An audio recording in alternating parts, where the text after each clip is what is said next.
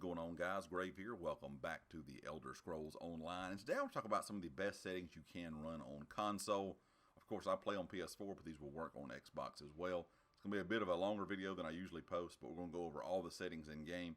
If you're new and you never changed some of these, in my opinion, are definitely game-changing. Some of these are just personal preference. So let's go ahead and hop right into it. The first thing we're going to look at, of course, is video. When it comes to brightness, I do play on a 24-inch gaming monitor, but I still prefer to have this brightness turned up. The reason being is some of the dungeons you get in are really dark. Even on a bright monitor, they're still dark. So I prefer to have the brightness turned up. That way I can see everything that's going on. This will wash out some of the graphics in general, but in my opinion, I would rather be able to see what's going on than really have great visuals. So this is going to depend on, once again, what you're playing on. I do play on a monitor, but if you're playing on a TV or something darker, you may want to have this turned up even more than I do. When it comes to adjust screen, I have this kind of shrank down to the smallest that it will go. But like I said, I do play on a monitor, so this will be different depending on what you're playing on. But I prefer to have it small as it will go. That way the HUD and everything on screen is very tight. Nothing's running off the screen or anything like that. The next thing we're going to talk about, of course, is audio. I do have the subtitles off. You can turn those on depending on if you want to read and hear what's going on at the same time. Master volume is all the way up. Music volume is turned down a bit. It is very loud when you load the game up, so that is one reason. And also, I don't want to have loud music and combat and everything going on in-game. I use headphones. If you use like just speakers or TV speakers or something like that, you may want to change this a bit. The music is nice in game, but I don't want it just kind of blaring along with everything else going on also. When it comes to everything else in the sound settings, I left all this to default. You can go through any of this that you might want to change, but everything on default seems to work pretty well in my opinion. When it comes to gameplay, now this is where it's going to be a little bit tricky depending on what kind of controller you have. Some people may use a SCUF, some people may use a Elite controller on Xbox, some people may use the back button like I do here on PS4. That allows you to have buttons on the back of your controller to make it easier to cast abilities and things of that nature. I prefer to have my weapon swap on my back button because I do not like the weapon swap on the touchpad. Now, if you just have a basic controller, you don't have a SCUF, you don't have a back button, you don't have an Elite controller or anything like that, there's not a lot of options, in my opinion, in the templates. I think they should add more for better ease of use just in general, because a controller is kind of difficult to get used to using in this game because there's a lot of stuff, a lot of abilities. And like I said, that weapon swapping is very annoying. If you do not have, like I said, any of those other kind of controllers, you just have a basic controller on Xbox or PS4, you can go into your PS4 settings and go to accessibilities and map your controller buttons for whatever you would like for the particular game that you're playing. Then you can save it to your quick menu here when you just hold down on your PlayStation button. I'm assuming it will do the kind of same thing on Xbox. You can go to accessibilities here and enable or disable those custom button assignments. So if you have this set for Elder Scrolls, you can have it checked while you're playing the Elder Scrolls Online. And if you're playing something else, of course, you can just uncheck it and it will go back to the basic default button layout for whatever game you are playing. So that is something to keep in mind. A lot of people do that and set their weapon swap to the right thumbstick, the right to kind of click it in. That way you can swap weapons easier that way, and then change the directional pad to something different. So it's just personal preference, but I do feel like the ability to swap weapons is a little bit difficult on controller with that touchpad. When it comes to vibration, this is on in game, but I do have my vibrations turned off in the global settings on PlayStation. That way I have vibrations off in every game I play. I play a lot of shooters also besides the Elder Scrolls Online, and I'm just not a fan of vibration being on whatsoever. Some people may like vibration on in this game though, because of when you go to like a chest to open it up, you have to unlock it.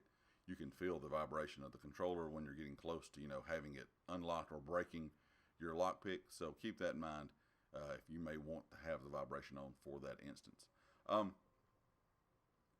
The foot issue here, I would say a lot of times, is you may see your character running around doing something in game and your feet will actually like go through the ground, or in your house it may go through some items you have like rugs and things. Now some of that in your home could be that you don't have it placed down low enough, but sometimes it just does not walk naturally your character, so you can have this on or off if you prefer. When it comes to combat cues, I have these on. When it comes to custom colors, I have these on. When it comes to friendly colors, I have this kind of a light, almost bluish white color. and the brightness turned all the way down. So that way when friendly abilities go out in a dungeon or a trial, or if you're just in the open world with friends, killing world bosses or whatever the case may be, their abilities will look like this. So you're pretty much not going to be able to see them, is what I'm going for here. Now when it comes to the enemy color, I have it set to pink and I have it turned all the way up, and I recommend you do this with whatever color you like, but I prefer pink because it is very bright and is very easy to see. That way when an enemy ability goes out, it's going to look like this. That way you can tell the difference between friendly and enemy abilities. So I would recommend turning these, like I said, the friendly all the way down and picking something that's going to kind of just drown out on the ground you're really not going to pay attention to, and turning the enemy color to something bright like pink, yellow, green, whatever the case you kind of may be for you, and turning the brightness all the way up. That way when enemy abilities are out, you know it's something that is dangerous that you do not need to be in. When it comes to prevent attacking innocents, I have this set to on. I hate dismounting from my mount and hitting someone with a fire staff, lightning staff, whatever the case may be. And of course you have the guards after you. So if you have this on, you won't have to worry about attacking innocents while out in the open world. When it comes to quick cast ground abilities, this is going to be any ability that you can throw down on the ground that puts out the circle. So I'm going to use liquid lightning, for example, if you have a sorcerer. If you have this set to on, as soon as you hit the button, it's going to go right where you're looking. If you have it set to automatic, it's going to show the circle, and then you're going to have to tap the button again to cast it. So I prefer to have it on. That way I don't have to hit the button and then hit it again. So in my opinion, quick cast ground ability set to on is the best. Takes a little bit of time to get used to. Once you get kind of the hang of how it works, in my opinion, it's a lot better than having to hit the button twice. Especially if you're trying to go through a fast rotation, it will slow you down if you have it just set to automatic, in my opinion. Everything else in gameplay for like your polymorphs, your stamina upgrades, all that stuff on your mounts, you can have those set to on or off, whatever you prefer. When it comes to consolidate area loot, I have this to on. That way it will consolidate everything in a big area and I can pick it up all at once. Auto loot I also have on. If you have a small bag, you're just now started playing, you may not want to auto loot everything. That's going to be up to you. When it comes to auto loot stolen items, I do have this off for one reason. Right now, while farming antiquities, I want to go in and grab the antiquity really quick, then I'll grab everything else. Sometimes you will get caught while stealing stuff, so if you can grab that antiquity lead before you get anything else out of those stolen items, it's a lot better in my opinion. I prefer to go through the stolen items as well and see what's in there, and then pick them up individually. When it comes to auto add to craft bag, I have this on. If you're not an ESO Plus member, this will be set to off automatically, and it will not be set to on unless you do have ESO Plus. When it comes to loot history, I have that on. Default soul gem here, I have gold purchased. Tutorials on, and of course you can reset your tutorials down here at the bottom. Now when it comes to the camera, this is some of the most important, or one of the most important things in game in my opinion. Of course, if you want it inverted controls, that is totally up to you. Assassination camera is totally up to you as well, but I'll leave it on. Screen shake, I have this all the way off. It's very annoying to me, so I turn it off. Camera sensitivity, I have turned all the way up. And of course, camera sensitivity is going to be how fast you look left and right while playing the game. So to me, it's still not fast enough, but it's high as it can go. So that's just, is what it is. When it comes to first person field of view, if you do play in first person, I would recommend you zoom this all the way out so you have a larger field of view. I don't play in first person. The only time I ever go into first person is if I'm looting things like a lot of barrels or something in an area. I need to look at something specifically. If you're in third person, you won't be able to pick it up sometimes, so I go into first person for that. But besides that, that's the only time I'm ever in first person. When it comes to head bob in first person, I have that turned off. Third person is what you really want to play in, and you want the slider all the way out as well. That way you have a wide field of view left and right. And there is one thing you can do with this, in case you did not know if you are on console. If you hold down, or if you just kind of tap down on the D-pad, you're going to be able to swap between first and third person. But if you hold down on the D-pad and move your right thumbstick in or out, you can zoom this out kind of on the fly. That way if something gets messed up and you were playing, you hit down on the D-pad and hit your stick at the same time, and you kind of adjusted your field of view, you can just hold down on that D-pad again and zoom it in and out, like I said, with the right thumbstick. But I would recommend having this zoomed all the way out. It makes it a lot easier to see what's going on. And when it comes to the other options here, the horizontal position and offset, you can kind of see how mine are set. The reason being is I want the crosshairs that you have here in the screen where your cursor would be pretty much if you're on PC. I want this to be right above my character pretty much. I want this to be pretty much wherever I'm looking, wherever I'm going, that is what I'm going to be attacking. So if you have it set far left or far right, sometimes it will make it difficult when you're fighting something. You might be looking at it with your character, but your crosshairs or your cursor may be off of it. So I prefer to have this pretty much right above my head. It may be just a slight bit to the right, but that is perfectly fine with me. That is the setting that I prefer. Of course, you may want to change it, but I prefer to have it right over my character's head, so I'm attacking and fighting whatever I'm looking at. When it comes to interface, you can have this set however you want. I prefer to have my online ID above my head. That way, if I'm playing with friends, they know who I am. They don't see my character's in-game name. They actually see my gamer tag on PS4. When it comes to prevent or group revive counter, I have that to automatic. Quest tracker, all this stuff is set to on. You can turn this off. It will make it a little bit harder to navigate in game, in my opinion. Weapon indicator and armor indicator will actually show up pretty much right here by the left of the screen, kind of on the other side of where you can see my magic bar there at 27.8K. If any of my armor is broken or my weapon's broken, it will give me an indicator down there in the corner to know it needs to be repaired. When it comes to quick chat, I do have that enabled to on. I have the fade rate turned all the way up so it does not go away quickly. Only no players for the chat bubble. I do have that to on. So if somebody's with you in a group and they're talking, you can see a chat bubble kind of over here in the corner. Or if they're in your guild or anything like that. When it comes to self, I do have that turned off. Now when it comes to nameplates, now this is where some people are going to differ in opinion. I prefer to have the nameplates on.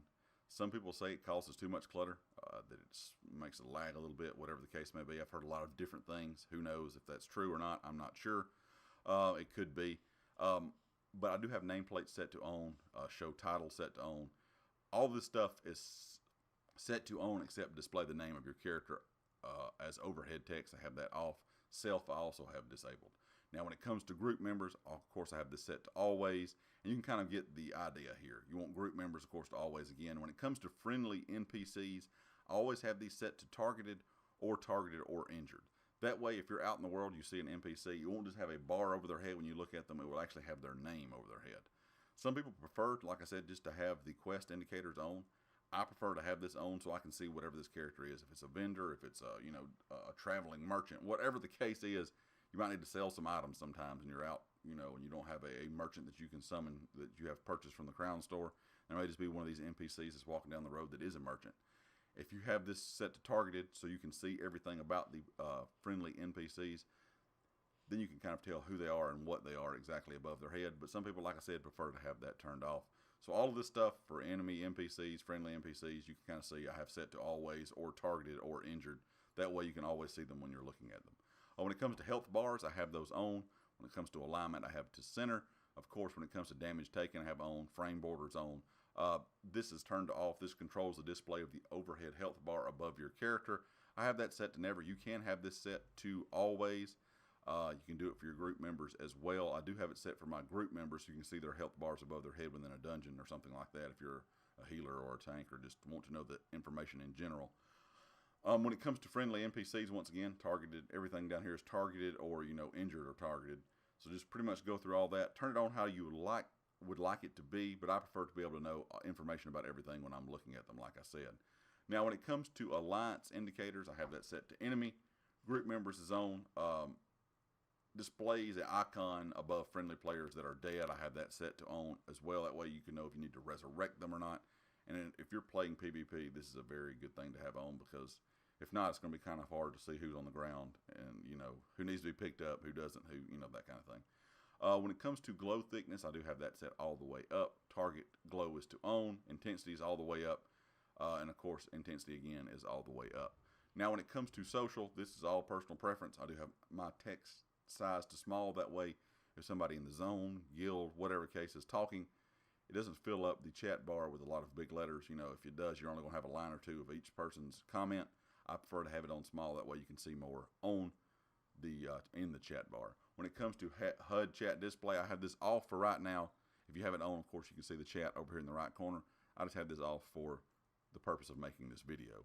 Profanity filter, you can choose whatever you want there. Leaderboard notifications, if you want to get notifications of friends or guild mates that do certain things on the leaderboard, you can have this off or on. I find it kind of annoying, so I have it off. I have auto decline duels set to on as well. If I want to duel, I will turn this off, but if not, you'll have people all the time wanting to duel you in certain areas, and it gets kind of annoying also. Everything else in this is up to you. You can change all your colors, like you can see for zone, guilds, whatever the case may be. I'm in a lot of guilds, so I have a lot of different colors set, so everyone that is in this different guild stands out in a different color. You know, like each guild chats in a different color, so that's all just personal preference as well. When it comes to combat bar, or the combat section, my ability bar I always have set to always show. As you can see, everything down here shows all the time, whether I'm running around or not. You can set this to whatever you prefer. You can set it to don't show. You can set it to automatic. That way when you start fighting, it'll pop up. But I prefer to always have it on. Same with my health, stamina, and magic bar. I have those set to always show also. When it comes to resource numbers, this is the numbers that you're going to see kind of coming off whatever you're attacking, whatever you're doing. If you're healing, you're DPSing, whatever the case is. This is going to be the bar you see above the enemy that you're fighting. I prefer to have numbers and percent. You can set it to just numbers or percent, whichever one you want, but I prefer to have numbers and percent. Active combat tips is automatic. If you want to have those off, that is perfectly fine. I've just never really messed with that. The ultimate number that will show you in the bottom corner, of course, over here where your ultimate bar is, as you can see on the right side of the screen below my stamina bar, what stage that's to being completely full. If you know how much ultimate you need to cast your ultimate, you can see that number in the screen right there to know, if your ultimate is almost ready or not. When it comes to combat text, I have this on. This shows damage and healing amounts in the world near the targets. That way it'll spit off numbers when you're dealing damage. You'll see white numbers, green numbers, orange numbers if you're critting, whatever the case is. I have those set to on as well. Outgoing I also have set to on. Outgoing damage is on. All of this is going to be turned on except for your outgoing pet damage. I'm not a big fan of having this on. You can see your pet's damage if you would like. If you're a sorcerer, though, it does get kind of annoying running 2 pets and having more damage numbers up on the screen, plus those pets kind of gets on my nerves, so I turn those off. Now, when it comes to incoming, of course, you want all this set to on. Of course, incoming pet damage over time. I have anything to deal with pets, we'll just go ahead and tell you I have it off. Show overhealing, I have set to on. Now, when it comes to buffs and debuffs, this is going to show your buff and debuff bar for your character. So I have always show. I have buffs on, self buffs on, self debuffs on, target debuffs on. From others, I do have set to off. You can turn that on, but it does clutter the screen so much. It's already cluttered enough. Our buff and debuff bars on console are not that great. Timers aren't that great, so this is the one thing you can reduce that clutter a little bit with. Long effects I have on. Permanent effects I have off. The reason being, if you have whatever Mundus Stone you have selected, anything that is a permanent effect, ESO plus, it will show kind of in the bar down here. You can see, let's see if I ate some food really quick. Let's just eat this real fast. You'll see that my food pops up above my health bar for 1 hour. If I have this option here for permanent effects to be on, you would also see the ESO plus emblem and my Mundus Stone emblem and all that stuff down there where the health bar is, right above the health bar where that food is. And I don't really need to see those, so I just have that set to off. The last thing we're going to talk about, of course, that was the last thing we're going to talk about, of course. When it comes to account settings, that's all your thing. But anyway, guys, I hope this helped you out some, kind of equipping some different settings, because I think there's a lot of settings in game that really, really change the way the game plays. I think there's a lot of settings, like I said, that are personal preference, but mess around with the settings if you never have, because it is something that will make the game more enjoyable in general, in my opinion, if you have those settings set to what you like. And there's a lot of things, like I said, in the settings that are good. I wish, like I said, kind of when we're talking about controls, there was more templates to run for controller settings. Sadly, that's not the case. But anyway, guys, leave me a comment with your thoughts. Let me know what settings you're running. And if you like the video, hit the like. If you have not subscribed yet, please do so. If you are a subscriber, make sure you click the bell icon up in the top right corner so you know when all my videos go live. If you have a chance to share the video, please do. It does help out the channel a lot. And be sure to check out GT Racing. They are the affiliate here on the channel, and all their information is linked down in the description. And I'll catch you next time. Peace.